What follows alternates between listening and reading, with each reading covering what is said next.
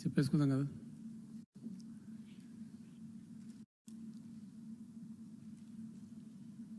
ఈ కరోనా వ్యాధికి సంబంధించి మనం కూడా మే 31 వరకు 29 వరకు ఆల్రెడీ ఉంది. 31 మే వరకు లాక్డౌన్ పొడిగించాలని చెప్పి కూడా ఈరోజు క్యాబినెట్ వ్యూ తీసుకున్నది, ఫైనల్ వ్యూ. ఆ సందర్భంలో ఉదయం నుంచి కూడా నిన్న కేంద్ర ప్రభుత్వం అనేక విషయాలలో మార్గదర్శకాలు ఇచ్చిన తర్వాత మనం కూడా ఏ వ్యూహం అనుసరించాలా, ఎట్లా ముందుకు పోవాలా అనే చర్చ జరిగింది విస్తృతంగా. దానికి హెల్త్ మినిస్టర్ రాజేందర్ గారు, హెల్త్ సెక్రటరీ గారు, ఆ డిపార్ట్మెంట్ ఉన్నతాధికారులు ఒక వ్యూహం రూపొందించి ప్రస్తుతం ఉన్నటువంటి కరోనా వ్యాధి పరిస్థితి, అవలంబించాల్సిన వ్యూహం వాళ్ళు చెప్పిన తర్వాత కేబినెట్ సమగ్రంగా చర్చించి ఒక అవగాహనకు వచ్చి ఈ నిర్ణయం తీసుకోవడం జరిగింది. దానిలో రాష్ట్రంలో కంటైన్మెంట్ ఏరియాస్ తప్ప అన్ని జోన్లను కూడా గ్రీన్ జోన్లుగా రాష్ట్ర ప్రభుత్వం డిక్లేర్ చేస్తూ ఉంది. అంటే కంటైన్డ్ ఏరియా, దానిలో ఇప్పటికీ ఎఫెక్ట్ అయినటువంటి ఇల్లు, వ్యక్తులు లేదా అపార్ట్మెంట్స్, దాని పరిసరాలు ఎంత ఏరియా కంటైన్ చేయాలనేది దానికి ఒక టెక్నికల్ సిస్టమ్ ఉంది. ఆ సిస్టమ్ ప్రకారం 1452 కుటుంబాలు ఈ కంటైన్మెంట్ ఏరియాలో ఉంటాయి. అంతకుమించి ఏ కుటుంబం కూడా ఎవరు కూడా ఉండరు. వీళ్ళకు మాత్రమే ఇది మాత్రం ఖచ్చితంగా హాట్స్పాట్ కింద, రెడ్ జోన్ కింద ఉంటుంది, కంటైన్డ్ ఏరియా కింద ఉంటుంది. ఇక్కడ దీని చుట్టూ బ్యారికేడింగ్ పెడతారు, పోలీస్ పహారా ఉంటుంది, ఎవరిని లోపలికి అనుమతించరు, లోపటి వాళ్ళని బయటికి అనుమతించరు. వీళ్ళకి అవసరం ఉన్న నిత్యావసర సరుకులు కానీ, మెడిసిన్స్ కానీ, వైద్య అవసరాలు కానీ అన్నీ కూడా వాళ్ళకు డోర్ డెలివరీ లాగా సమకూరుస్తుంది, ప్రభుత్వమే సమకూరుస్తుంది. కాబట్టి వాళ్ళు దయచేసి దీన్ని ఫాలో కావాలి. ఇది రాష్ట్రం భవిష్యత్తు, మన నగర భవిష్యత్తు, వాళ్ళ భవిష్యత్తు కూడా ఆలోచించి చేస్తున్న నిర్ణయం. కాబట్టి ఈ కంటైన్మెంట్ ఏరియాలో ఉండే ఈ కుటుంబాలు, పరిసరాలు ఉన్న వాళ్ళు దయచేసి సహకరించాలి. మనకు వేరే గత్యంతరం కూడా లేదు. అందువల్ల అందరి క్షేమాన్ని కాంక్షించి దీని గురించి సహకారం చేయాలి. రెండవది, ఇప్పుడు మనం రకరకాల పద్ధతులు ఇప్పటిదాకా అవలంబించినాం. ఉదయం నుంచి దేశమంతా గమనిస్తున్నప్పుడు ఇండియా బ్యాక్ టు వర్క్ అని చెప్పి వస్తూ ఉన్నాయి. వివిధ రాష్ట్ర ప్రభుత్వాలు చేస్తున్న ప్రయత్నాలు, అవలంబించిన విధానాలు, వాటన్నిటిని కూడా పరిశీలించడం జరిగింది. ఇందులో మనకు అనుకూలమైన పద్ధతిని మనం ఎంచుకోవడం జరిగింది. మనం కూడా ముందుకు పోవాలి. ఒక విషయం మాత్రం, ప్రపంచం మొత్తం శాస్త్రవేత్తలు కావచ్చు, వైద్య శాస్త్రవేత్తలు కావచ్చు, అనేక మంది నిపుణులు కావచ్చు, కరోనాకు మందు లేదా వ్యాక్సిన్ ఇప్పుడప్పుడే రేపో ఎల్లుండో వచ్చేటువంటి పరిస్థితి లేదు. ఇది ఎన్ని మాసాలు కొనసాగుతుందో ఒక అనిశ్చిత పరిస్థితి ఉంది. ఎవరు కూడా ఇదమిద్దంగా చెప్పగలిగినటువంటి పరిస్థితి లేదు. సో ఇట్లాంటి పరిస్థితుల్లో ప్రపంచం ముందు, దేశం ముందు, మన రాష్ట్రం ముందు కూడా ఉండేటువంటి ఆప్షన్ ఏంటంటే కరోనాతో కలిసి జీవించడం నేర్చుకోవాలి. మనకు గత్యంతరం లేదు. అటు కరోనా ఉంటుంది, ఇతరత్ర బతుకుదెరువు కూడా ఉంటుంది. కాబట్టి రెండు కంబైన్డ్గా పోవాల్సిందే. అన్ని జాగ్రత్తలు తీసుకుంటూ, నిబంధనలు పాటిస్తూ, ఏవైతే జాగ్రత్తలు తీసుకుంటూ బతుకు కొనసాగలదో ఈ కంటైన్మెంట్ ఏరియాలు తప్ప, హైదరాబాద్ నగరం తప్ప మిగతా అన్ని చోట్ల కూడా అన్ని రకాల షాపులు తెరుచుకోవచ్చు. ఇప్పటిదాకా మున్సిపాలిటీలో సగం సగం ఉంది, ఇప్పటి నుంచి సగం సగం ఉండదు. అందరూ అన్ని షాపులు తెరుచుకోవచ్చు, వాళ్ళ వాళ్ళ వ్యాపారాలు సజావుగా చేసుకోవచ్చు. హైదరాబాద్ నగరంలో జిహెచ్ఎంసీ కమిషనర్ గారు నిర్ణయం చేసి ప్రకటిస్తారు, ఇక్కడ ఆల్టర్నేటివ్ షాపులు తెరుచుకోవచ్చు. హైదరాబాద్ నగరంలో కంటైన్డ్ ఏరియా, కంటైన్మెంట్లో ఉన్న ఏరియాలో ఏది తెరవడానికి వీల్లేదు, ఏది కూడా అక్కడ అనుమతించాలి. కంటైన్డ్ ఏరియా కాకుండా ఉన్న మిగిలిన నగరం కంప్లీట్గా షాపులు తెరుచుకోవచ్చు. కాకపోతే సరీ బేసిస్ సంఖ్యలో ఆల్టర్నేటివ్గా తెరుచుకోవచ్చు. రాష్ట్ర వ్యాప్తంగా ఆర్టీసీ బస్సులు రేపు అర్లీ మార్నింగ్ నుంచే స్టార్ట్ అవుతాయి 6 గంటల తర్వాత నుంచి. 2 మాత్రం బ్యాన్ ఉంది. ఒకటి, ఎట్టి పరిస్థితులలో సిటీ బస్సులు అనుమతించడం లేదు, సిటీలో ప్రాబ్లం ఉంది కాబట్టి. అదేవిధంగా ఇంటర్ స్టేట్ సర్వీసెస్ కూడా అనుమతించడం లేదు. అంటే ఇతర రాష్ట్రాల బస్సులు మన రాష్ట్రంలోకి రావడానికి వీల్లేదు, మన రాష్ట్రాల బస్సులు కూడా ఇతర రాష్ట్రాలకు నడపం. మన ఆర్టీసీ మొత్తం నడుస్తుంది, కాకపోతే మన రాష్ట్ర సరిహద్దు లోపలనే ఆపరేషన్స్ చేసుకోవాల్సి ఉంటుంది. ఇది చాలా క్లియర్. హైదరాబాద్లో మట్టుకు ఎట్టి పరిస్థితులలో సిటీ బస్ సర్వీసులు నడవవు. కానీ సిటీలో ఆటోలు, ట్యాక్సీలు అనుమతిస్తారు. ట్యాక్సీలో 1+3, డ్రైవర్ +3, కార్లో కూడా 1+3, ఆటోలో అయితే డ్రైవర్ +2, ఇంతవరకే అనుమతిస్తారు. ఒక డ్రైవరు, 2 ప్రయాణికులు. ఇది కొంచెం కఠినంగా వ్యవహరించాలి. ఆటో డ్రైవర్లు, ట్యాక్సీ డ్రైవర్లు, కార్లు ఉన్నవాళ్ళు ఈ నిబంధనలు పాటించాలి. లేకపోతే పోలీసులు చాలాన్ చేస్తారు, అనవసరంగా ఇబ్బంది వస్తుంది. కాబట్టి ఈ నిబంధన పాటించాలి. ఈ సెలూన్లు అన్ని తెరుచుకోవచ్చు, రాష్ట్ర వ్యాప్తంగా తెరుచుకోవచ్చు, హైదరాబాద్ నగరంలో కూడా తెరుచుకోవచ్చు. కాకపోతే కంటైన్డ్ ఏరియాస్లో ఏది ఉండదు. కంటైన్డ్ ఏరియా టోటల్ బ్యాన్లో ఉంటుంది, అక్కడ ఏది తెరవడానికి లేదు. కానీ కంటైన్డ్ ఏరియా మినహాయించి మిగతా ఏరియాలలో సాలూన్స్ తెరుచుకోవచ్చు. ఈ కామర్స్ టోటల్ 100% అనుమతిస్తారు, దానిలో ఎటువంటి ఆంక్షలు కూడా ఉండవు. ఆర్టీసీ బస్సులు కూడా కోవిడ్ నిబంధనలు పాటిస్తూ నడిపిస్తారు. ఆ విషయంలో ఆర్టీసీ కూడా ప్రిపేర్ అయింది. వాళ్ళు క్యాబినెట్కి ఎక్స్ప్లెయిన్ చేసినారు. ప్రతిరోజు ఖచ్చితంగా శానిటైజ్ చేయడం, ప్యాసింజర్లందరికీ శానిటైజ్ చేయించడం, ప్లస్ మాస్క్ కంపల్సరీ చేయడం, సిబ్బంది కానీ ప్రయాణికులు కానీ ఇటువంటి నిబంధనలు కఠినంగా పాటిస్తూ ఆర్టీసీ బస్సులు నడిపిస్తారు. ప్రభుత్వ కార్యాలయాలు, ప్రైవేట్ కార్యాలయాలు కోవిడ్ నిబంధనలు పాటిస్తూ 100% ఫంక్షన్ చేసుకోవచ్చు. వాళ్ళకు ఇంత అంత రిస్ట్రిక్షన్ లేదు. స్టాఫ్ మొత్తం అటెండ్ అయ్యి పని చేసుకోవచ్చు. కాకపోతే జాగ్రత్తలు తీసుకోవాలి, కోవిడ్ నిబంధనలన్నీ కూడా పాటించాలి. శానిటేషన్ కానీ వగైరా కానీ ఆ విధంగా పనిచేసుకోవచ్చు. పరిశ్రమలు, ఫ్యాక్టరీలు, మ్యానుఫ్యాక్చరింగ్ యూనిట్లన్నీ కూడా కోవిడ్ నిబంధనలు పాటిస్తూ 100% ఎవరి పని వారు చేసుకోవచ్చు.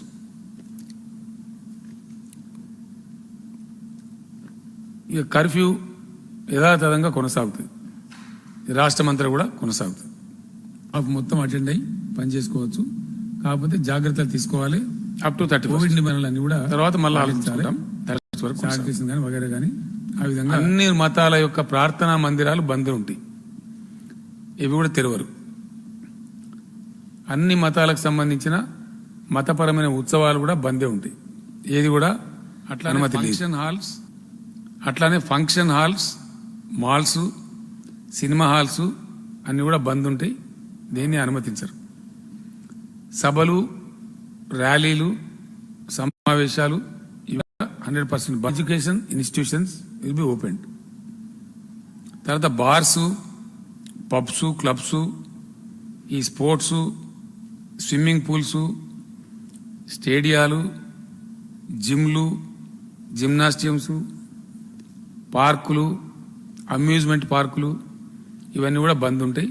వాటిని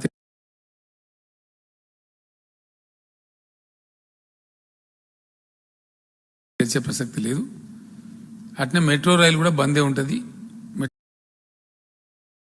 కాటన్ కావచ్చు, ఇంకోటి కావచ్చు, మాస్క్ కంపల్సరీ ధరించాలి.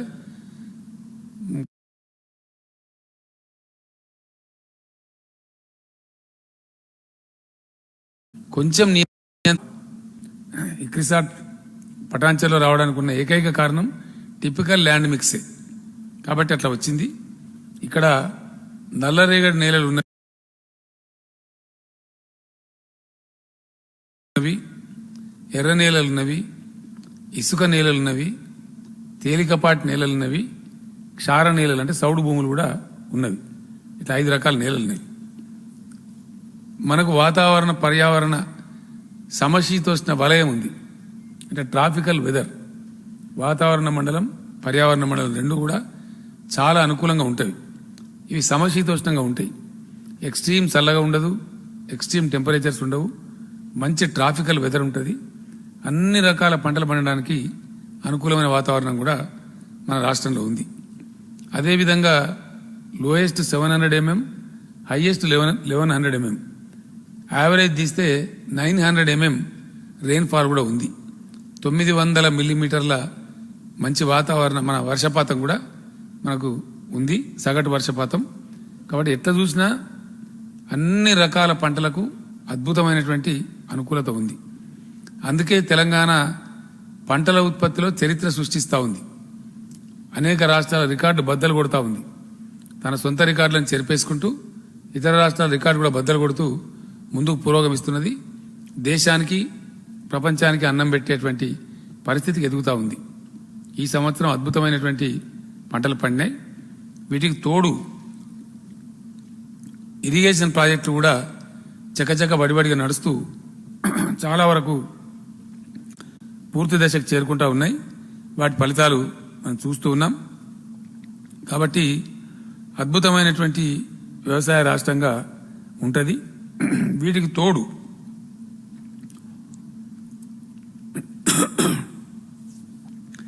ఈ వరదలు, తుఫాన్లు, బలమైన ఈదురుగాలులు, ఇటువంటి ప్రకృతి వైపరీత్యాలు కూడా తెలంగాణలో చాలా తక్కువ ఉంటాయి, చాలా తక్కువ ఉంటాయి. అందువల్ల వ్యవసాయానికి మంచి అనుకూలంగా ఉంటుంది. వృత్తి నైపుణ్యం కలిగినటువంటి రైతాంగం కూడా పుష్కలంగా తెలంగాణలో ఉన్నారు. అన్ని రకాలు, ఈవెన్ గ్రేప్ గార్డెన్స్లో కూడా ఒకప్పుడు అగ్రగామిగా ఉండేది. అనబ్ షాహీ అనే ఒక వెరైటీ హైదరాబాద్ సిగ్నేచర్ ఫుడ్ కింద ఉండేది. ఫర్ ఎగ్జాంపుల్ ఇప్పుడు మామిడి పళ్ళల్లో మన హిమాయత్ పసంద్ అనేది అది తెలంగాణ రాష్ట్రానికే పరిమితం, తెలంగాణ రాష్ట్రానికే ప్రత్యేకం. Signature fruit of Telangana state. అంత అద్భుతంగా అటువంటి పంటలు కూడా మన దగ్గర పండుతాయి. దానికి తోడుగా తెలంగాణ రాష్ట్రం అవతరించిన తర్వాత ఇండియన్ హిస్టరీలో ఇండియాలో ఏ స్టేట్లో కూడా అమలు చేయనటువంటి రైతు ప్రోత్సాహక, రైతు సహాయ చర్యలు తెలంగాణలో అమలు జరుగుతూ ఉన్నాయి. వాటన్నిటినీ ఇండియాలో కేంద్ర ప్రభుత్వం కానీ ఇతర రాష్ట్రాలు కానీ స్వీకరించి వాళ్ళ కార్యక్రమం కింద కూడా అమలు చేస్తూ ఉన్నారు. అందులో ప్రధానమైనటువంటిది రైతు బంధు. ఇది ఏ రాష్ట్రంలో కూడా లేదు. ఇది ఒక ఒరిస్సా రాష్ట్రం చేసింది. వాళ్ళు కూడా మనకు సరిపోని లేరు, మనం ఇచ్చేంత డబ్బులు వాళ్ళు ఇవ్వడం లేదు. కేంద్ర ప్రభుత్వం ఇచ్చేది కూడా మన దానిలో చాలా తక్కువ, చాలా చాలా తక్కువ. ఈ మన రాష్ట్రంలో ఇచ్చే రైతు బంధు కంట్రీలో ఏ ఒక్క స్టేట్లో కూడా లేదు. అట్లనే రైతు బీమా మొట్టమొదటి సంవత్సరం మేము కట్టినప్పుడు 700 కోట్లు అయితే ఈసారి 1100 కోట్ల పైచలకు కట్టినాం. అంటే పెరుగుతూ వస్తూ ఉంది. ఈ రైతు బీమా సదుపాయం ఒక గుంట భూమి ఉన్న రైతు కుటుంబం, రైతు చనిపోతే కూడా వారం తిరగకుండా 5 లక్షల రూపాయలు వాళ్ళ ఖాతాలకు చేరిపోతా ఉన్నాయి. ఇది ఇండియాలో, ప్రపంచంలో కూడా ఎక్కడ లేదు, ఏ రాష్ట్రంలో లేదు, ఒక్క తెలంగాణ రాష్ట్రంలోనే ఉంది. 24 గంటల ఉచిత విద్యుత్, నాణ్యమైన విద్యుత్ సరఫరా ఏ స్టేట్లో కూడా లేదు, ఒక్క తెలంగాణ రాష్ట్రంలోనే ఉంది.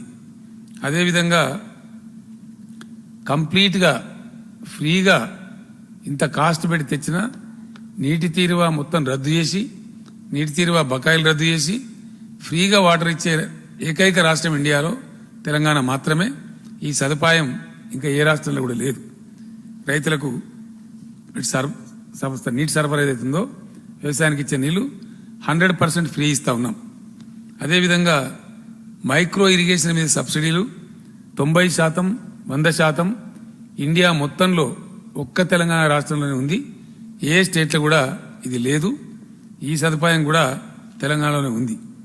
పాలీ హౌస్ కల్టివేషన్ కావచ్చు, గ్రీన్ హౌస్ కల్టివేషన్ కావచ్చు, 75% అండ్ 95% సబ్సిడీలు. అంటే 95% ఏమో ఎస్సీ ఎస్టీలకు, 75% ఏమో మిగిలిన అందరికీ ఈ సదుపాయం ఉంది.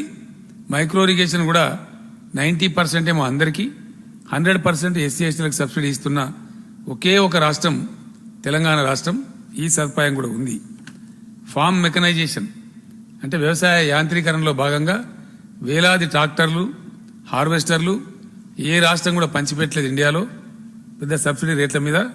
అది కూడా అద్భుతంగా తెలంగాణ రాష్ట్రమే ఏర్పాటు చేసింది. పాడి పశువులకు వేలాది పశువులు పంపిణీ చేసినాం. పాడి రైతులందరికీ లీటర్కు 4 రూపాయల చొప్పున ప్రోత్సాహకాలు కూడా అందిస్తూ ఉన్నాం. ఇది కూడా ఇతర రాష్ట్రాల్లో ఇంత పెద్ద ఎత్తున లేదు. ఆ రకం కూడా ఏర్పాటు చేయడం జరిగింది. అదేవిధంగా అధునాతన పద్ధతులలో పంటలు పండించడం కోసం, నియంత్రిత విధానంలో పంటలు పండించడం కోసం కొన్ని పద్ధతులు కూడా తెలంగాణ రాష్ట్రమే ఏర్పాటు చేసింది. విప్లవాత్మకమైన చర్యలకు శ్రీకారం చుట్టింది. అందులో భాగంగా 2604 2604 5,000 ఎకరాలకు ఒక చొప్పున వ్యవసాయ క్లస్టర్లను ఏర్పాటు చేయడం జరిగింది. ప్రతి క్లస్టర్కు ఒక ఏఈఓ అగ్రికల్చర్ ఎక్స్టెన్షన్ ఆఫీసర్ను కూడా నియమించింది. వాళ్ళంతా కింద యాక్టివ్గా పనిచేస్తూ ఉన్నారు. గతంలో ఉన్నటువంటి ఎరువులు విత్తనాల కొరతను కూడా పూర్తిగా అధిగమించి సకాలంలో రైతాంగానికి వాటిని సరఫరా చేస్తూ ఉన్నాం. ఆ విషయం రైతాంగానికి తెలుసు, అందరికి కూడా తెలుసు. అదేవిధంగా కల్తీ విత్తన వ్యాపారుల మీద ఇండియాలో ఏ స్టేట్ పెట్టలేదు. తెలంగాణ స్టేట్ మాత్రమే పీడీ యాక్ట్ విధించి వాళ్ళ మీద కఠిన చర్యలు తీసుకుంటా ఉన్నాం. ఇది కేంద్ర ప్రభుత్వాన్ని ఒప్పించి ఈ పీడీ యాక్ట్ తేవడం జరిగింది. ఇప్పుడు కూడా అదే పద్ధతిలో ముందుకు పోతూ ఉంటాం. ఈసారి బడ్జెట్లో ఈ 2604 క్లస్టర్లలో రైతు వేదికల నిర్మాణం కోసం 350 కోట్లను కూడా కేటాయించడం జరిగింది. రాబోయే 6 నెలల్లో ఆ క్లస్టర్ల నిర్మాణం కూడా పూర్తి చేయాలని ఈరోజు వీడియో కాన్ఫరెన్స్ లో కలెక్టర్లను ఆదేశించడం జరిగింది. ఈ విధంగా అనేక ప్రోత్సాహకాలు, అనేక రకాల ప్రోత్సాహాలు, అనేక రక్షణలు కల్పిస్తున్నటువంటి పరిస్థితులు ఇక్కడ వచ్చినాయి. కాబట్టి వ్యవసాయంలో ఎవరి ఊహలు కూడా తలకిందులు చేస్తూ ఎవరు ఊహించని విధంగా చాలా విప్లవాలు వస్తూ ఉన్నాయి. రికార్డు స్థాయిలో వరి దిగుమతి కానీ, రికార్డు స్థాయిలో ఇతర పంటల దిగుమతి కానీ తెలంగాణకు సాధ్యమైతా ఉంది. 90 లక్షల టన్నుల మెట్రిక్ టన్నుల బియ్యాన్ని ఈ సంవత్సరం పీడీఎస్ కింద ఎఫ్సిఐకి తెలంగాణ ఇవ్వగలిగింది. అంటే చాలా పెద్ద విప్లవాత్మకమైన మార్పు. ఇది చరిత్రలో ఎప్పుడు లేదు. This is all time record. ఎప్పుడు చేసినా 20 lakh టన్స్ 30 lakh టన్స్ ఇంతవరకే ఉండేది, కానీ ఏనాడు 50 లక్షలు దాటలేదు. First time in the history ఈరోజు అద్భుతంగా చేస్తూ ఉంది. దీనిలో నియంత్రిత విధానాన్ని పాటిస్తే ఇప్పుడు ఈ కరోనా వచ్చిన సందర్భంలో ఇండియాలో ఏ రాష్ట్రంలో కూడా రైతులు పండించిన మొత్తం ధాన్యాన్ని ప్రభుత్వం ఎక్కడ కూడా కొంటలేరు. వాళ్ళ కర్మానికి వాళ్ళు వదిలేసినారు. కరోనా ఉందనే ఉద్దేశంతో 7,000 పైచిలకు కొనుగోలు కేంద్రాలు గ్రామాలలో తెరిచి గ్రామాలకే హమాలీలను అందరినీ కూడా పంపించి అక్కడనే టోటల్ ధాన్యాన్ని కనీస మద్దతు ధర ఇచ్చి ప్రభుత్వమే కొంటా ఉన్నది.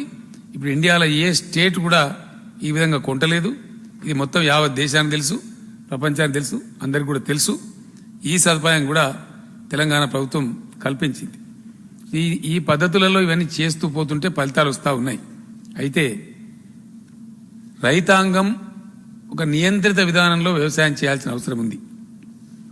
గవర్నమెంట్ గత నెల రోజులుగా నాతో సహా వ్యవసాయ శాఖ మంత్రి నిరంజన్ రెడ్డి గారు, civil supplies minister Gangula Kamalakar గారు, మేమంతా కూడా పరిశోధన చేస్తూ ఉన్నాం. అనేక సమావేశాలు నిర్వహించినాం. రైస్ మిల్లర్స్తో కావచ్చు, యూనివర్సిటీ ప్రొఫెసర్లతో కావచ్చు, వైస్ ఛాన్సలర్లతో కావచ్చు, అనేక వ్యాపార సంస్థలతో కావచ్చు సమావేశాలు నిర్వహించినాం. దీని మీద తేలిన అంశం ఏంటంటే తెలంగాణలో పండుతున్న పత్తి అద్భుతమైన పత్తి పండుతా ఉంది. అంతర్జాతీయ స్టాండర్డ్లో ఉంది. భారతదేశంలో పండే పత్తి రకాలలో the best cotton produced by Telangana and Vidarbha. ఈ 2 పంటలకే నిన్న మొన్న స్వామినాథన్ గారు అని చెప్పి తిరుపూర్ నుంచి వచ్చినారు. ఆయన పరిశ్రమల మంత్రితో మాట్లాడినారు. చాలా అద్భుతమైనటువంటి పత్తి మీరు పండిస్తూ ఉన్నారు. కొంచెం కాటన్ క్వాలిటీ ఇంప్రూవ్ చేసేటువంటి రీసెర్చ్ కనుక మీరు పెట్టినట్టయితే అసలు ప్రపంచంలో మేలు రకమైన పత్తి తెలంగాణ పండించగలుగుతుందని చెప్పి ఆయన కూడా చెప్పి వెళ్ళినారు. కాబట్టి కాటన్ పంటకు ఇంకా క్వాలిటీ పెంచితే తెలంగాణలో అద్భుతమైనటువంటి భవిష్యత్తు ఉంది. అది ఏంటంటే దాని పొడుగు లెంటల్ అంటే పత్తి లెంటల్ పొడుగు అతి ఎక్కువగా ఉంటుంది తెలంగాణ పత్తిలో. ఇది 2 చోట్ల ఉంది, తెలంగాణలో విదర్భలో పండే పత్తి. ఇప్పుడు ఇంకా మనం క్వాలిటీ పెంచితే స్టేపుల్ లెంత్ ఎక్కువ వస్తుంది, దాని లింట్ కూడా ఎక్కువ వస్తుంది. కాబట్టి అందుకే దానికి అంత గొప్ప పేరుంది. చేయాలి. అయితే ఈ సంవత్సరం ఏ పంటలు వేయాలా, ఎట్లా వేయాలా అనేది మేము ఈరోజు వీడియో కాన్ఫరెన్స్లో చెప్పినాం, ఆదేశాలు కూడా జారీ చేసినాం. నియంత్రిత పద్ధతిలో రైతులు సహకారం చేసి ముందుకు రావాలి. కారణం ఏంటంటే ఇష్టం వచ్చిన పంట వేసి అందరం ఒకే రకమైన పంట వేసి ఆగమాగం అయ్యే బదులు మార్కెట్లో డిమాండ్ ఉండే సరుకులే పండించి మంచి ధరలు పొందాలి. ఇది తెలివి కలవాళ్ళు చేసే పని. రైతుల పక్షాన ప్రభుత్వమే ఈరోజు ముందడుగు వేసి రైతులకు సూచనలు ఇస్తుంది. కాబట్టి రైతులు ఖచ్చితంగా ఈ నిబంధనలు పాటించాలి. అయితే మొత్తం ఈసారి గత సంవత్సరం 1,23,00,000 ఎకరాలలో పంటలు వచ్చినాయి, రకరకాల పంటలు కలిపి 1,23,00,000 ఎకర్స్లో, అంటే రెండు పంటలు కలిపి పంటలు వచ్చినాయి. ఈసారి కాళేశ్వరం నీళ్లు వగైరా వగైరా వచ్చినాయి కాబట్టి వర్షపాతం కూడా చాలా బాగా ఉంటుందని చెప్తున్నారు. కాబట్టి ఇంకో 10 లక్షల ఎకరాల విస్తీర్ణం పెరుగుతుందని చెప్పి గవర్నమెంట్ భావిస్తున్నది. ఆల్మోస్ట్ 1,33,35,00,000 వరకు వ్యవసాయం తీసుకుపోయే పరిస్థితి ఉంటుంది. కాబట్టి రైతులు దీన్ని ఫాలో కావాలి. ఈసారి ప్రభుత్వం అన్ని ఆలోచన చేసి నిర్ణయించిన ప్రకారం 70 లక్షల ఎకరాలలో పత్తి పంటను పండించాలి. 70 lakh ఎకర్స్. మనకు ఆల్రెడీ పోయిన సంవత్సరం 53 లక్షల ఎకరాలు పండించినారు. కాబట్టి ఇంకో 16-17 లక్షలు విస్తరించడం అనేది పెద్ద సమస్య కాదు, చాలా సులభంగా పోవచ్చు. పత్తి పెట్టే రైతులకు నేను ఒకటే మాట మనవి చేస్తా ఉన్నా. ఒకటి, మన రకం బాగుంది, మనకు డిమాండ్ ఉంది మన కాటన్కి. రెండవది, గతంలో వర్షాధార పత్తి ఎక్కువ వేసినాం. ఇప్పుడు నీళ్లు వచ్చినాయి కాబట్టి, గ్రౌండ్ వాటర్ పెరిగింది కాబట్టి మీరు ప్రాజెక్టు వాటర్ కింద పత్తి పంటలు వేయండి, బోర్ల కింద పత్తి పంటలు వేయండి. నీళ్లు పారిచ్చే పత్తి దిగుబడి ఎక్కువ వస్తుంది, 15 నుంచి 20 క్వింటాలు వస్తుంది. వచ్చినప్పుడు ఖర్చులు పోను, నికరంగా రైతుకు ఎకరానికి 50,000 మిగులుతుంది. కాబట్టి చాలా లాభసాటిగా ఉంటుంది. అందువల్ల అదే మీరు మొక్కజొన్న వేసినా, వరిచేను వేసిన, వానాకాలంలో మక్కలైనా సరే వడ్లైనా సరే 25-26 క్వింటాలకు మించి పండవు. ఖర్చులు పోను, చేతికి వచ్చేది ఒక 20,000 కన్నా మించి రాదు. ప్రభుత్వం చెప్తున్నది ఏంటంటే మీరు వరిచేను మొత్తమే వేద్దని కాదు, ఏ రకాలు వేస్తే లాభమో ఆ రకాలకు నేను వివరిస్తాను. కాబట్టి పత్తి చేను పెంచుదాం, దానికి మీరు ముందుకు రావాలి, లాభం ఎక్కువ ఆర్జించాలి, మీరు ధనవంతులు కావాలని ప్రభుత్వం ఆశిస్తూ ఉంది. 70,000 ఎకరాలలో 70 లక్షల ఎకరాలలో పత్తి పంటలు వేద్దాం. వర్షాకాలంలో 40 లక్షల ఎకరాలలో వరి చేను వేద్దాం. పోయిన సంవత్సరం కూడా 40 లక్షల ఎకరాలలో వేసినాం. అట్లానే ఈ సంవత్సరం కూడా 40 లక్షల ఎకరాలలో వేద్దాం. ఏ రకాలు వేయాలనేది ప్రభుత్వం చెప్తుంది, ఆ రకాలు మాత్రమే వేయాలి.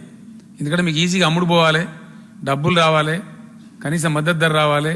కాబట్టి ఆ రకాలు వేస్తే డిమాండ్ ఉన్న వాటిని మేము కనిపెట్టినాం. ఇప్పుడు శాస్త్రజ్ఞులు కానీ వ్యాపారస్తులు అందరూ కలిసి దాన్ని మీకు చెప్తారు, ఆ రకంగా జరగాలి. రెండవది, ఈ సరే తర్వాత చెప్తాను నేను. మళ్ళీ కందులు, వర్షాకాలంలో మక్క పంట వేయొద్దని మేము రైతులకు చెప్తా ఉన్నాం. మక్క పంట వేసే బదులు నువ్వు కంది పంట వేయి, పత్తి పంట వేయి. ఎందుకంటే మక్క 25 క్వింటాల కన్నా ఎక్కువ రాదు. అదే ఇది వేస్తే లాభం ఎక్కువ వస్తుంది. మక్క వేస్తే కొనేవాడు లేడు.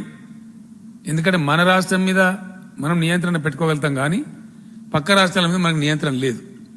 ఈరోజు ఏం జరుగుతూ ఉందంటే పక్క రాష్ట్రం నుంచి, ఛత్తీస్గఢ్ నుంచి కావచ్చు, బీహార్ నుంచి కావచ్చు, మహారాష్ట్ర నుంచి కావచ్చు, మేము 1100కే ఇచ్చిపోతాం మక్కలని చెప్పి తిరుగుతూ ఉన్నారు. వాళ్ళు 1000 రూపాయలకే ఇచ్చిపోతామని తిరుగుతూ ఉన్నారు. మరి మనకు 1670 రూపాయలు రాదు, గిట్టుబాటు రాదు, 1760 రూపాయలు రాదు.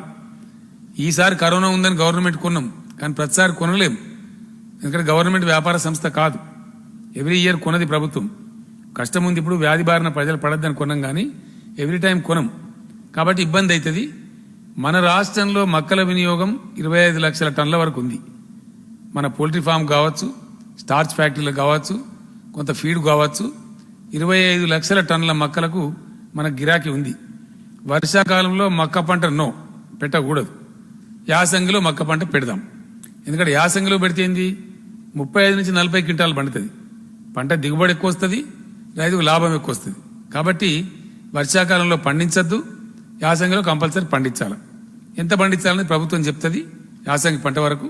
కాబట్టి యాసంగి పంటలో పండిద్దాం. దయచేసి మక్క పంట వర్షాకాలంలో వేయవద్దని మేము చెప్తా ఉన్నాం. దానికి బదులు కంది పంట వేయమని చెప్తా ఉన్నాం. కంది 15 లక్షల వరకు పోదాం.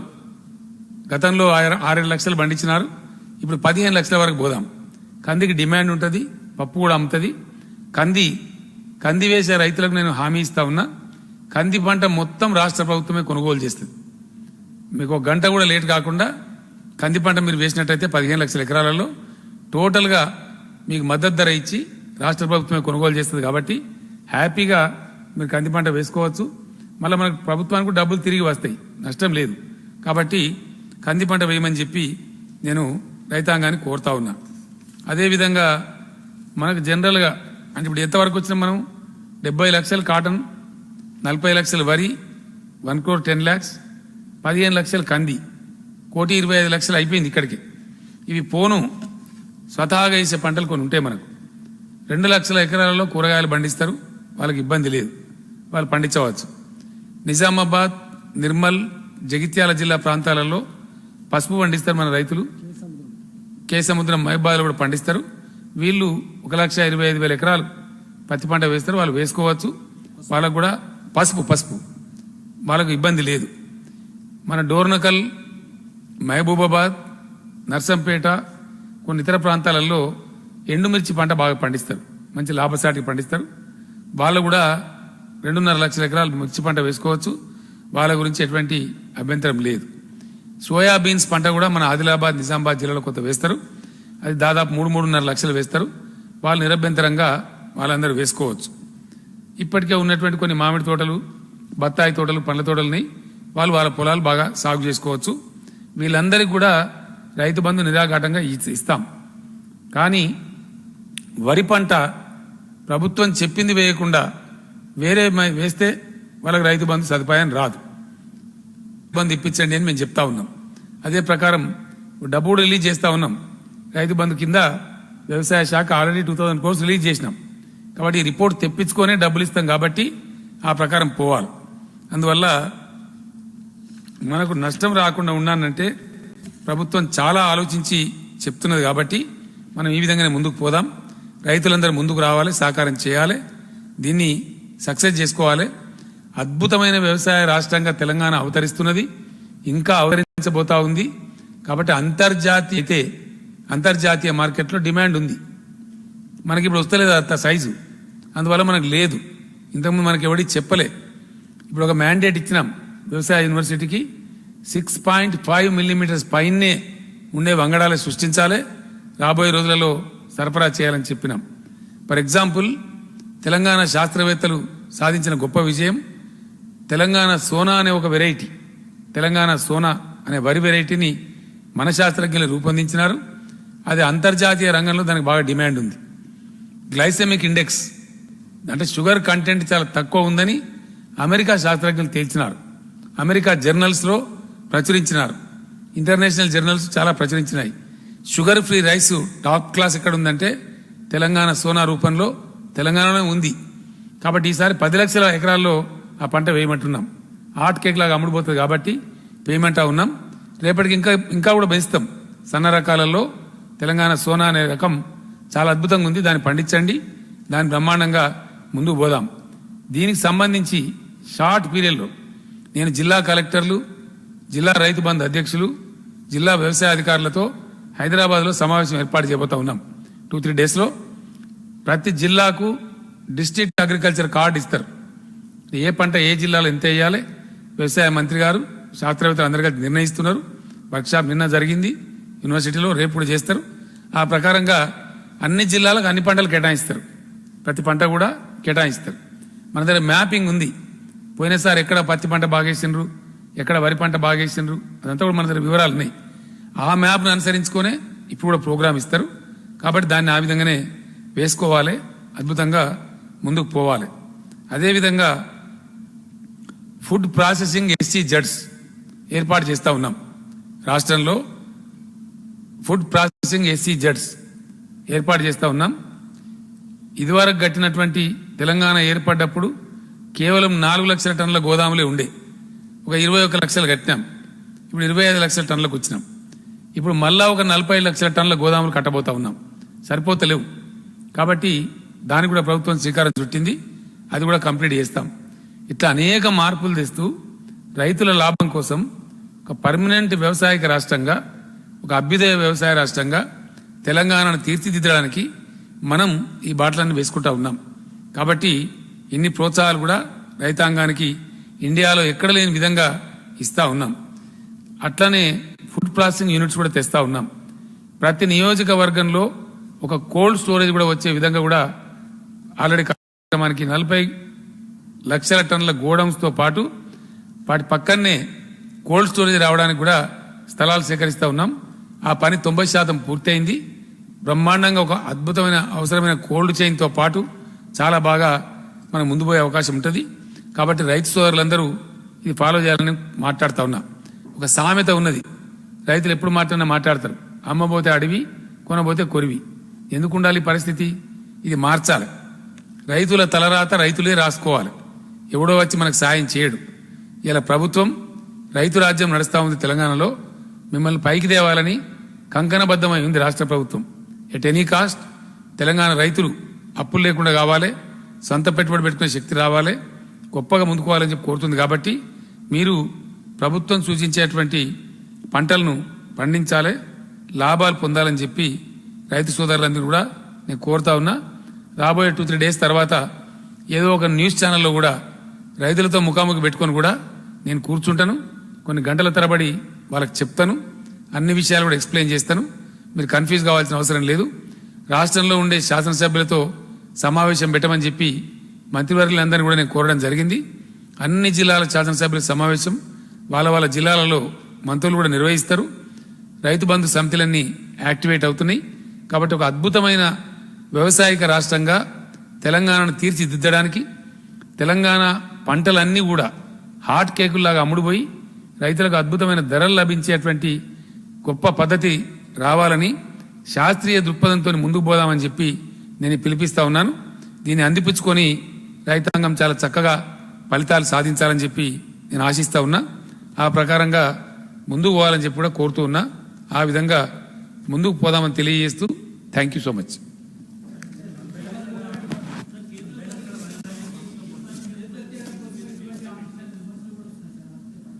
ఏమండి,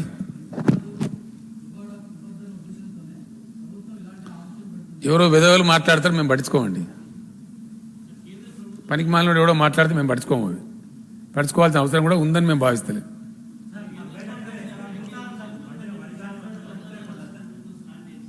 ఏమండి, అది వట్టి డొల్లా, 100% బోకస్. ఇది నేను చెప్తలేను, వినాలి, మీరు వినాలి. నేనే అడిగిన, నేను అడగలేదు అంటాను. ఇప్పుడు అడుగుతా. ఇచ్చిన పద్ధతి ఏందనేది ఇగో ఏషియన్ ఇన్సైట్స్ అని సింగపూర్ నుంచి వస్తుంది, international journal. How potent is the economic vaccine of India. ఇది వట్టిదే బోకసు. ఇందులో ప్రభుత్వం పెట్టేది 1,00,000 కోట్లు కూడా లేదు, అంత గాలి కథ అని చెప్పి ఈ జర్నల్ వ్యాఖ్యానించింది. ఇదేంది? జపాన్ నుంచి వెలువడే ఇంటర్నేషనల్ ఎకనామిక్ జర్నల్. దీని పేరు బెర్నిస్ట్ అనేది ఉంది. వీళ్ళు India strategy, dear finance minister, is the aim to revive GDP or to reach the 20 lakh crores number. అంటే అంకెల గారడినా నిజంగా జీడిపి రివైవల్ అని ఉంది. ఇది చాలా దుర్మార్గమైనటువంటి ప్యాకేజ్. పూర్తి ఫ్యూడల్ విధానంలో ఉంది, నియంతృత్వ వైఖరితో ఉంది. దీన్ని మేము పూర్తి స్థాయిలో ఖండిస్తా ఉన్నాం. మేము అడిగింది, మేము కోరింది ఇది కాదు. దారుణాతి దారుణమైన విషయం ఏంటంటే, ఒక ఘోర విపత్తు సంభవించి కరోనా లాంటి వైరస్ ప్రపంచాన్ని అతలాకుతలం చేసి మొత్తం దేశాలు, ప్రపంచాలు, రాష్ట్రాల యొక్క ఆర్థిక పరిస్థితి నిర్వీర్యం చేసిన సందర్భంలో రాష్ట్రాలకు కావాల్సింది ఏందండి? రాష్ట్రాల చేతుల్లోకి నగదు రావాలి అని మేము కోరినాం. ఆ నగదు రాష్ట్రాల చేతుల్లోకి వస్తే అనేక రూపాల్లో ప్రజల్లోకి పంపిణీపోతుంది. అది మేము అడిగితే మీరు రాష్ట్రాలను భిక్షగాలుగా భావించి ఒక బెగ్గర్స్ లాగా భావించి ఏం చేసిందండి కేంద్రం? ఇదేనా రిఫార్మ్స్ అమలు చేసే పద్ధతి ఇండియాలో? ఫర్ ఎగ్జాంపుల్ మీకు అర్థం కావాలంటే 2% FRBM పెంచిండ్రు అంటే రేపు తెలంగాణ రాష్ట్రానికి 20,000 కోట్లు వస్తుంది. దానిలో వాళ్ళు పెట్టిన కండిషన్స్ వింటే మీరే నవ్వుతారు. అది అప్పు రాష్ట్రం కట్టుకునేదే. వీళ్ళ మెహర్బాని ఒక రూపాయి నోటు లేదు దాంట్లో. 20,000 కోట్ల పరిమితి పెంచినామంటే ఓన్లీ రుణ పరిమితి పెంచడం. అది మళ్ళీ రాష్ట్రమే కట్టుకోవాలి అప్పు. అందులో కేంద్రం చిల్లి గవ్వ కూడా ఇయ్యదు. దానిలో ఆంక్షలు ఎంత దరిద్రం కొట్ట ఆంక్షలు అంటే 5,000 కోట్లేమో ఇస్తారట. అది మాకు ఆల్రెడీ ఉంది తెలంగాణకు. ఇలా కొన్ని పత్రికలు రాసినాయి, కొన్ని పేపర్లు ఎడిటోరియల్ కూడా రాసినాయి తెలంగాణకు ఒరిగేది ఏం లేదని. అంటే 3.5 మనకు ఆల్రెడీ ఉంది కదా. ఆ 5,000 crores ఎట్లా వచ్చేది? కొత్తదేం లేదు. ఆ 5,000 crores వస్తుంది. మిగిలిన 2,500 కోట్లకు ఒక రిఫార్మ్ ఆంక్ష ఎవ్రీ 2,500 crores. కరెంట్ రిఫార్మ్ తెస్తే ప్రజల నెత్తి మీద మెడ మీద కత్తి పెడితే 2,500 కోట్లు ఇస్తారట. ఇదేనా ఈ ప్యాకేజా? What is this? ఈ ప్యాకేజ్ అనరు. Very sorry. ఇది ఒక ఫెడరల్ వ్యవస్థలో అవలంబించాల్సిన విధానం కాదు. కేంద్ర ప్రభుత్వం రాష్ట్రాల ఇట్లా వ్యవహరించచ్చునా? ఎంత దుర్మార్గం అండి ఈ విపత్కర పరిస్థితులలో. సో అట్లా ఇంకా పెట్టినారు. మార్కెట్ కమిటీలలో వాళ్ళు చెప్పిన కేంద్రం పెట్టిన రిఫార్మ్ చేస్తే ఇంకో 2,500 కోట్లు ఇస్తారట. మరి రాష్ట్ర ప్రభుత్వం ఎందుకు? మున్సిపాలిటీలలో ట్యాక్సులు పెంచి ప్రజల మీద భారం వేస్తే ఇంకో 2,500 కోట్లు ఇస్తారట. రిఫార్మ్స్ మున్సిపాలిటీల ఆదాయం వేస్తే ఇది ప్యాకేజ్ అంటారా? ఏమంటారు దీన్ని? ఏమనాలా? Is it a package? ప్రోత్సహించే విధానమేనా ఇది? ఇంకో దానికి ఇంకేదో పెట్టిండ్రు. One nation one ration card. సరే, అందులో మనం నంబర్ 1 ఈజ్ ఆఫ్ డూయింగ్ మేము ఎప్పుడో చేసినాం. We are champions. ఇందులో 4 3 సాటిఫై చేస్తే ఇంకో 5,000 కోట్లు ఇస్తారట. ఇదేం బేరం అండి? ఇదా దీని ప్యాకేజ్ అంటారా? ఇది పచ్చి మోసం, దగ, అంకెల గారడి, అంత గ్యాస్. కేంద్ర ప్రభుత్వం తన పరువును తానే తీసుకున్నది. ఇది రాబోయే రోజుల్లో తెలుస్తుంది కదా. ఆటోమేటిక్గా బయటపడితే ఆగుతుందా? ప్యాకేజ్ నిజం ప్యాకేజ్ అయితే ఎట్లుంటుంది, బోకస్ ఉంటే ఎట్లుంటుంది అని తెలుస్తుంది, ప్రజలకు తెలుస్తుంది. మా బాధ్యత కాబట్టి మేము చెప్పాలి కాబట్టి చెప్తున్నాం. As a state government I really feel very painful. I really feel sorry. This should not have been the way. Complete wrong ఇది. రాష్ట్రాల మీద ఈ రకమైన పెత్తనాలు చెలాయించడం ఈ సమాఖ్య వ్యవస్థకే విఘాతం. కోఆపరేటివ్ ఫెడరలిజం అని ప్రధానమంత్రి గారు చెప్పిండు. అది పూర్తిగా డొల్లా, బోగస్ అనేది ఇలా దీంతో రుజువైపోయింది. ఇంకెక్కడ ఫెడరలిజం ఉందండి? చాలా దారుణంగా బిహేవ్ చేస్తున్నారు. ఈ సమయంలో, ఈ విపత్కర టైంలో మీరు ఇది చేస్తే పైసలు ఇస్తాం. ఇదే పిల్లల కొట్లాడనా? ఇదేనా? ఇది ఏమాత్రం వాంఛనీయం కాదు. ఇది అన్యాయం. మెడ మీద కత్తి పెట్టి నువ్వు కరెంట్ రిఫార్మ్ చేయి, ఇస్తావు నీకు బిచ్చం ఇస్తా 2,000 కోట్లు. ఇదేనండి? నువ్వు ఫలాంది చేయి, మున్సిపల్ ట్యాక్సులు పెంచు, మున్సిపల్ ఆదాయం పెంచు, అయితే 2,000 కోట్ల భిక్షం ఇస్తా. ఇదా? Can this be treated as a package? నేనేమంటున్నాను, మనం చేస్తాం చేయమనేది కాదు, విధానం కరెక్ట్ కాదు. తెలంగాణ డెఫినెట్గా ప్రోగ్రెసివ్ స్టేట్ కాబట్టి నేను మీకు చెప్తా ఉన్నా, వాళ్ళు పెట్టిన కండిషన్లో 3 కండిషన్లు ఎప్పుడో ఫుల్ఫిల్ చేసినాం మనం. నంబర్ 1 ఉన్నాం కంట్రీలో, 1 నేషన్ 1 రేషన్ కార్డు. దాంట్లో ఈఓడిబిలో మనం ప్రపంచం మనం ప్రశంసిస్తూ ఉంది. టీఎస్ ఐపాస్ ఆల్రెడీ ఉన్నాం మనం. దారుణంగా ఉన్నాయి అవన్నీ. కంప్లీట్ ప్రైవేట్, ఇంకేముండదు ఇక. తట్టుకొని నిలబడతాం. అది మన అప్పే కదా బాబు. అదేదో మేర్బాన్ లేక నీ జేబులోకి నా జేబులోకి ఇచ్చినట్టు. అది మా డబ్బే కదా రాహుల్ గారు, మన ఓన్ సోర్స్.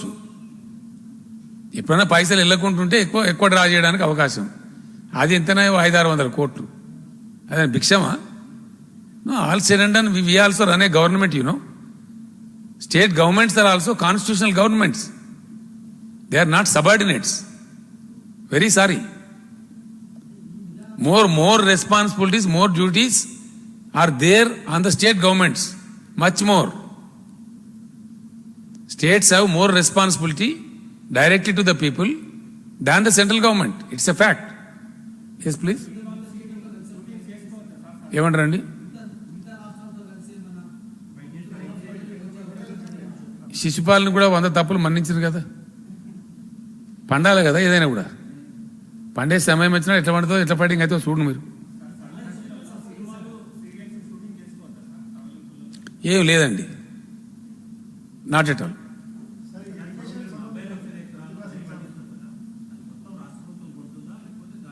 ఒక్క గింజ కూడా రాష్ట్ర ప్రభుత్వం కొనదు, హాట్ కేక్ లాగా అమ్ముడుపోయేటట్టు చేస్తుంది.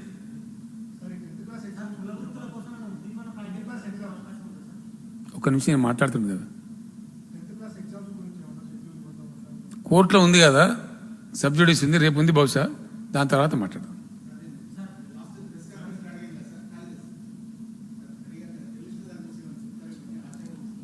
ఆశించుదాం, నేను కూడా ఆశిస్తున్నా. ఇక కేంద్ర ప్రభుత్వం ఇంత ఉద్దారకం చేసింది.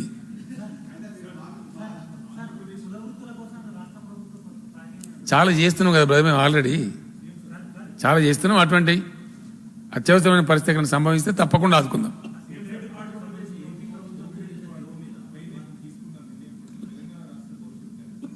నేను ఏమంటున్నా అంటే దాని గురించి నేను మాట్లాడదలుచుకోలేదు. వాళ్ళు కూడా ఏదో లెటర్ ఇచ్చిందని తెలిసింది నాకు. సమగ్రంగా ఆలోచిస్తాం. మా పాలసీ మాకుంది. నీటి వాటాలకు సంబంధించి కేసీఆర్కు తెలంగాణ రాష్ట్రానికి స్పష్టమైనటువంటి స్ఫటిక సదృశ్యమైనటువంటి అవగాహన ఉంది. మన హక్కులు వన్ థింగ్ క్లియర్గా చెప్తున్నా నేను, ఉమ్మడి రాష్ట్రంలో మనకు జరిపబడ్డ కేటాయింపులు, అధికారిక కేటాయింపుల మేరకే మనం అన్ని ప్రాజెక్టులు కట్టుకుంటా ఉన్నాం. దాని మేరకే అందరు కూడా ఉండాలని మనం కోరుకుంటా ఉన్నాం. అంతకుమించి నేను కాంట్రవర్సీలకు పోను, సమయం వచ్చినప్పుడు నేను మాట్లాడతాను. నేను ఏమంటున్నానుగా, ఇవ్వడా ప్రతిపక్షం అది ఏదో అర్థం ఉండి మాట్లాడుతున్నామో నాకు అర్థం కాదు. తమాషా నీళ్ళ గురించి కేసీఆర్ గురించి మాట్లాడతారే, మంత్రి ఉండాలా? అది పరువు తీసుకుని ఎందుకని నాకు అర్థం కాదు. పనికి మాలి అని మాట్లాడే వాళ్ళు నాదాన్ దుష్మన్లా నేను పదే చెప్తున్నా కదా. వాళ్ళు మాట్లాడితే నాకు మైలేజ్ రాదా? పోతిరెడ్డి పాడు మీద అరివీర భయంకరంగా కొట్టినాడు ఎవడా? ఆనాడు చెంచాగిరి చేసిన ఆంధ్ర ముఖ్యమంత్రులు సంతులు మోసినాడు ఎవడా? మళ్ళీ నోరు తెరిస్తే బాగుండదు. ఇక వీళ్ళు మాట్లాడితే ఎట్లుంటుందండి? బాగుండదు కదా. వాళ్ళకి అంశాలు ఎత్తుకోవడం తెలుస్తలేదు పాపం. అది విషయం నాకు అధికారికంగా వచ్చిన 5 నిమిషాలు కదా, మీటింగ్ ఏర్పాటు చేసి ప్రొటెస్ట్ చేసినాం, పంపించినాం కదా, వీఆర్ ఫైటింగ్ కదా. దాన్ని మాట్లాడితే ఇంగితం ఉండాలా?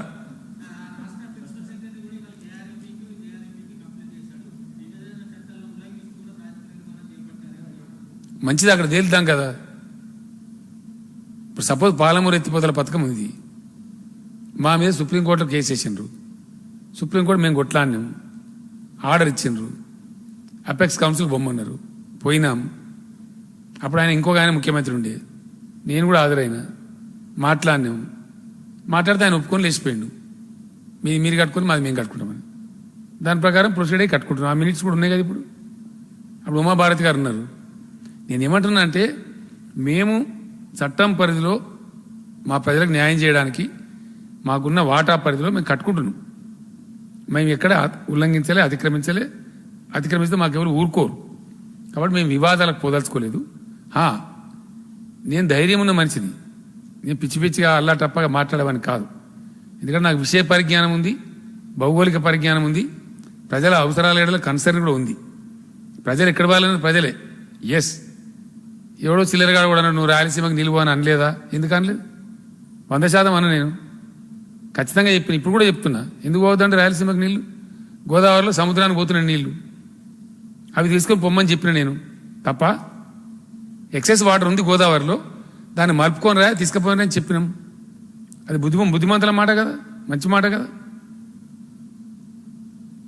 మేము కనుక లొల్లి పిచ్చి లొల్లి మేము పెట్టాం. మాకు అట్లాంటి చిల్లర అవసరాలు లేవు. కాబట్టి మేము పర్ఫెక్ట్గా ఉంటాం. 100% మాకు ప్రజలు పర్ఫెక్ట్ మద్దతు ఇస్తున్నారు. ఈ వీళ్ళ గురించి పట్టించుకోవద్దనే మాకు ప్రజలు చెప్తున్నారు. ఇక ఊరికే మీ టైం వేస్ట్ మా టైం వేస్ట్ ఎందుకు? ఏందండి అది వాళ్ళ కర్మ, మనం ఏం చేయాలా? నేను మీకు యాద ఉంటుంది, మీరే రాసిన పేపర్లలో ఆ రాష్ట్రం అంతా పిలిచి భోజనం పెట్టి కూర్చోబెట్టి బేసిన్లు లేవు, బేసజాలు లేవు, బ్రహ్మాండంగా నీళ్ళు వాడుకోండి, మేము వాడుకుంటాం, మీరు వాడుకోండి, ఇరు రాష్ట్రాలకు సరిపోను ఇంకో 1000 టీఎంసీలు ఎక్కువ ఉన్నాయి, పిచ్చి కొట్లాడలు బంద్ చేయండి అని చెప్పినండి. అట్లనే అంతకుముందు చంద్రబాబు నాయుడు ముఖ్యమంత్రి ఉన్నప్పుడు మాట్లాడితే బస్తీ మీద సవాల్. ఏం సాధించారు? 1 టీఎంసీ సాధించారా కృష్ణాలా? పచ్చ జెండాలు వచ్చి కర్ణాటక బార్డర్ మీద పోవడం, మాట్లాడితే బస్తీ మీద సవాళ్ళని తొడగొట్టి సుప్రీంకోర్టు పోవడం ఏమైనా తెచ్చిందా? చంద్రబాబు నాయుడు బాబ్లీ పంచాయతీ, బోగస్ పంచాయతీ ఏమైనా నచ్చిందా? ఇలా మేము తెచ్చినాం. సామరస్యపూర్వకంగా మహారాష్ట్రకు పోయి బ్రహ్మాండంగా అక్కడ కన్విన్స్ చేసి వాళ్ళకి అర్థం చేయించి ఒక 30-40 ట్రిప్పులు అధికారులు తిరిగి నేను స్వయంగా ఆనాటి మహారాష్ట్ర ముఖ్యమంత్రి ఏజ్లో నాకన్నా చిన్నవాడైనా 7 టైమ్స్ పోయినా నేను మహారాష్ట్ర పోయి సాధించుకొని వచ్చి ఇలా కాళేశ్వరం నుంచి బాజాప్తా 100 టీఎంసీలు నీళ్ళు తీసుకుంటున్నాం. ఇట్లా చేసుకోమని చెప్పినాం. ఇలా ఏ రాష్ట్రానికి అబ్జెక్షన్ లేదు, బ్రహ్మాండంగా తెచ్చుకుంటున్నాం నీళ్ళు, ఇప్పుడు పంటలు పండించుకుంటున్నాం, ఈ పద్ధతి చేయండి అని చెప్పినాం. అది చెప్తే అది కాదు మేము వేరే అంటే అది తేడా వస్తుంది. నేనేమంటున్నా అంటే వాళ్ళ ప్రపోజల్ వాళ్ళు ఏం చేసుకుంటారో అది వాళ్ళ ఇష్టం, మాకు అధికారం లేదు. రాయలసీమకు నీళ్ళు అవసరం అన్నప్పుడు గోదావరిని తీసుకుపోండి, మీరు కడుపు నిండా తీసుకోండి, మాకు అబ్జెక్షన్ లేదని చెప్పినాం. మేము తీసుకుంటాం, మీరు కూడా తీసుకోండి అని చెప్పినాం. అక్కడ సబ్జెక్ట్ చాలా సింపుల్ విషయం. అది కాదు మేము వేరే రకంగా తీసుకున్నామంటే మన రాష్ట్రానికి భంగం వస్తే ఒక్క క్షణం కూడా దానికి క్షమించాం, క్వశ్చన్ లేదు. తెలంగాణ రాష్ట్ర ప్రజల ప్రయోజనాల మీద రాజీ పడే ప్రసక్తే లేదు. ఎవ్వరు మిగులు జలాలు వాడుకోవాలన్నా ఉన్న నీళ్లు గోదావరిలో ఉన్నాయి. గోదావరి నీళ్ళు ఎవరు వాడుకున్నా మాకు అబ్జెక్షన్ లేదు. 2 రాష్ట్రాల్లో ఎక్కడ తీసుకుపోయినా మాకు అబ్జెక్షన్ లేదు. అందుకే చాలా గొప్ప హృదయంతో నేను చెప్పిన స్పష్టంగా మేము బేసిన్లు పెట్టాం, బేషజాలు పెట్టాం, అడ్డం పెట్టాం, చిల్లర పంచాయతీలతో సాధించే తక్కువ ప్రేమాస్పదంగా మంచిగా చేసుకుందామని చెప్పినాం. మేము దానికి ఇప్పుడు కూడా మేము కట్టుబడే ఉన్నాం. మాకు 2 నాలుకలు లేవు. ఏంటండి అది ఎట్లా నమ్ముతారండి? కష్టమవుతుంది కదా. అందుకే మేము కంప్లైంట్ ఇచ్చినాము. మరి అది వాళ్ళు ఇవ్వాల్సిన చోట ఆ కమిట్మెంట్ ఇవ్వాలి కదా అఫీషియల్గా. తర్వాత సంగతి కదా, మాకు అనుమానం కలిగించే పద్ధతిలో, మాకు దెబ్బ కొడుతున్న పద్ధతిలో ఉంటే తప్పకుండా ప్రొటెస్ట్ చేస్తాం కదా.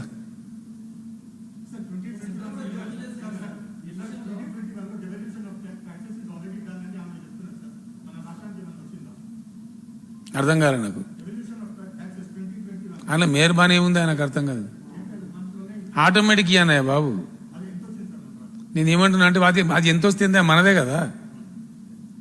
దాని పేరు డెవల్యూషన్ ట్యాక్స్ అని పెట్టిన దుర్మార్గం. దాని ఎగ్జాక్ట్ టర్మ్ ఏంటంటే share of states in central taxes. Please note mister Rahul, I request you. Share of states in central taxes, this is constitutional condition. ఇది ఎవరి రాజ్యాంగ హక్కు, రాష్ట్రాల యొక్క రాజ్యాంగ హక్కు. దీన్ని గోల్మాల్ చేయడానికి వాళ్ళు చేస్తున్నారు, చాలా చేసినారు. చాలా పన్నులు ఏం చేస్తున్నారు, సెంట్రల్ ట్యాక్స్ రూపంలో తీసుకోకుండా సెస్ల రూపంలో తీసుకొని రాష్ట్రాలను ముంచుతున్నారు. ఇది ఫ్యాక్ట్, ఇది రాయి. ఇది నిజమా కాదా చెప్పాలి దమ్ముంటే.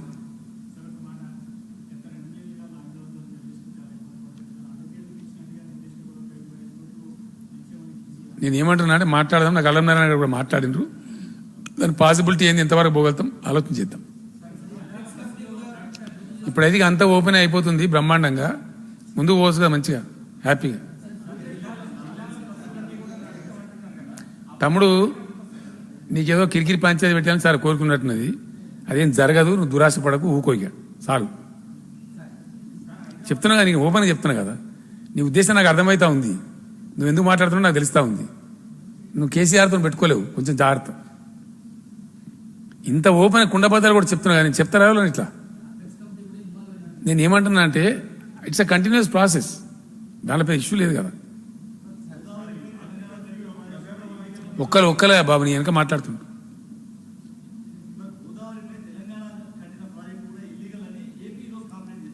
చాలా సంతోషం కదా, మేము వద్దంటున్నామా? గోదావరి మీద నాకు ఇంకో కమిటీ వేసిన నేను ఈ మధ్యనే, ఎక్స్పర్ట్స్ కమిటీ. గోదావరిలో మా వాటా పోను, మాకు 650 టీఎంసీల సర్ప్లస్ వాటా కావాలని అడుగుతున్నాం కేంద్రాన్ని. ఎస్ ప్లీజ్ రాయాలి మీరు. ఎందుకోసం మాట్లాడితే కావేరి గోదావరి కావేరి అని మాట్లాడుతున్నారు.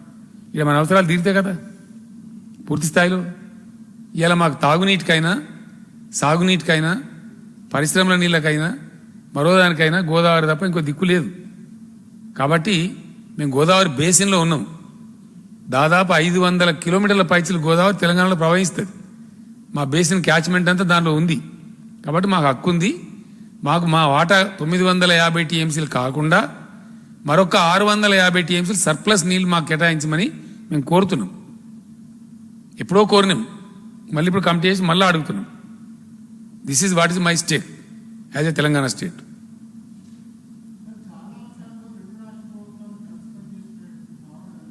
ఇప్పుడు కూడా కలిసే పని చేస్తున్నామే బాబు. ఇప్పుడెందుకు కలిసి? మాకేం వివాదాలు లేవు, మాకు ఏం వివాదాలు లేవండి. అన్యోన్యంగా కలిసి ఉన్నాం, కలిసే ఉంటాం. కొంతమంది కళ్ళు మండుతున్నాయా? నేను ఏమంటున్నా అంటే, మేము ఊకున్నామా వాళ్ళు తీసుకుంటే? నీ దారిని ఉండమని చెప్తున్నాము. ఉంటే మంచి మాట, లేదు కొట్లాట అంటే కొట్లాట, దానికి ఏముంది?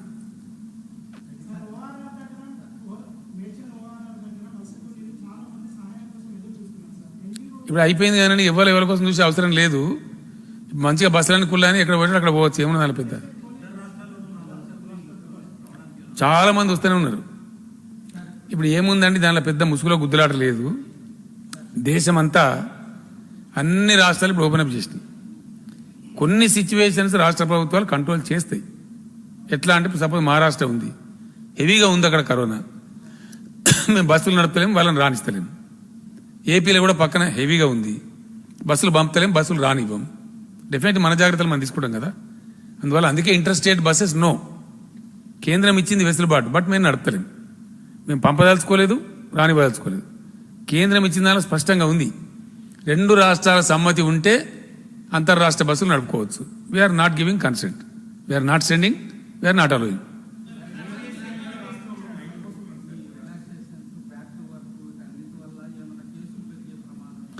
నేనైతే పెరగకూడదని అనుకుంటున్నా. ఎందుకంటే అది కూడా చెప్తాను మీకు నేను. మొన్న మేము కొన్ని మున్సిపాలిటీలలో షాపులు తెరిచినాం, గ్రామాలు మొత్తం తెరిచినాం, మండలాలు తెరిచినాం.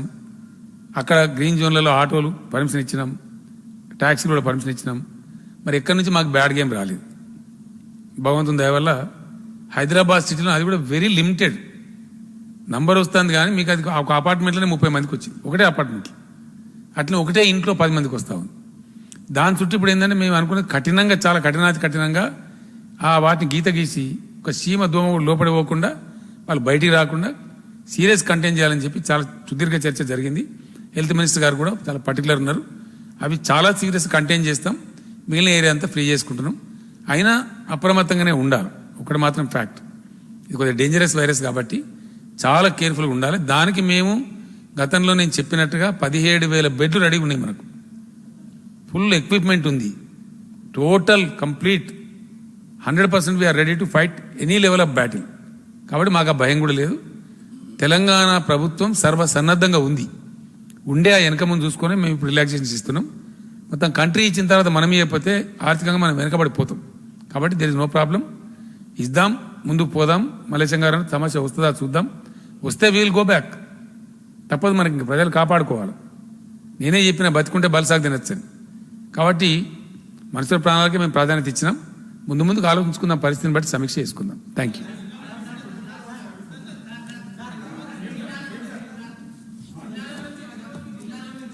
జిల్లాల నుంచి హైదరాబాద్ బస్సులు వస్తాయి. కూర్చోవాలి. వినాలి. క్లారిటీ వస్తే మీరు మంచి క్వశ్చన్ అడిగినారు. జిల్లాల నుంచి హైదరాబాద్ బస్సులు వస్తాయి. ఇమ్లీ బనుకు రానియరు, జూబ్లీ బస్ స్టాండ్కు రానిస్తారు. దిల్సుఖ్ నగర్ సైడ్ రానియరు, వేరే సైడ్ రానిస్తారు. ఎటైతే ప్రాబ్లం ఉందో, సింపుల్ ఇష్యూ ఏముంది బ్రదర్ దానిలో ప్రాబ్లం. ఇప్పుడు సికింద్రాబాద్ సైడ్ మనకు ప్రాబ్లం లేదు, జూబ్లీ సైడ్ లేదు. బస్సులన్నీ జూబ్లీకి రమ్మంటారు. ప్రాంతం కావచ్చు, మరొకటి కావచ్చు. ప్రత్యేకమైన అవసరం ఉంటే వాళ్ళు టికెట్లు కలిగారు కాబట్టి కొంచెం ఎగ్జామ్షన్ తీసుకోవాలి. అపోహ అని అంతకే ఉండని కదా.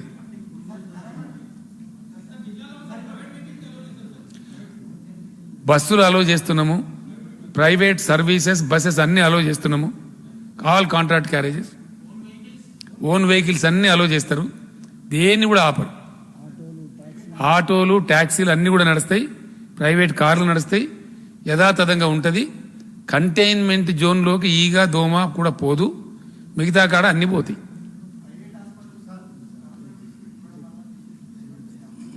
మనం ఏం చేద్దాం దానికి? వాళ్ళ గుబలాటం ఎక్కువ చేయనియరా? అది ఏం పోతుంది?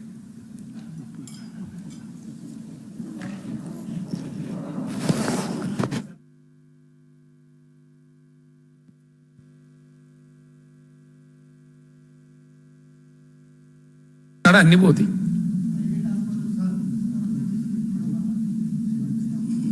మనం ఏం చేద్దాం దానికి? వాళ్ళ గుబలాటం ఎక్కువ చేయనియరా? అది ఏం పోతుంది?